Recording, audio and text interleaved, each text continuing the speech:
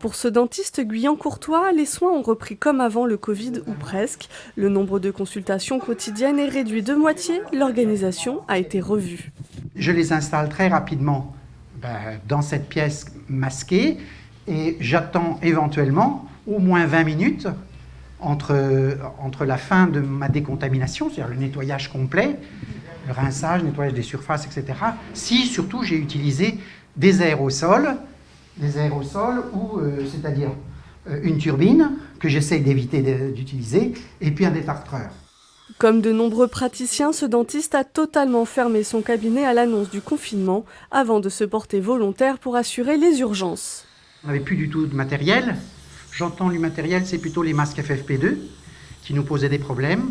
Encore que, en ce qui nous concerne, j'avais beaucoup de matériel parce que je fais de la chirurgie et que je fais de l'enseignement au niveau de la chirurgie.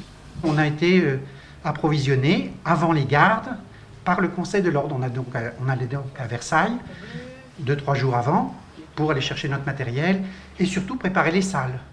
Plus de 270 chirurgiens dentistes ont été mobilisés durant le confinement. Rage de dents, traumatisme et hémorragie ont été les principales causes de soins.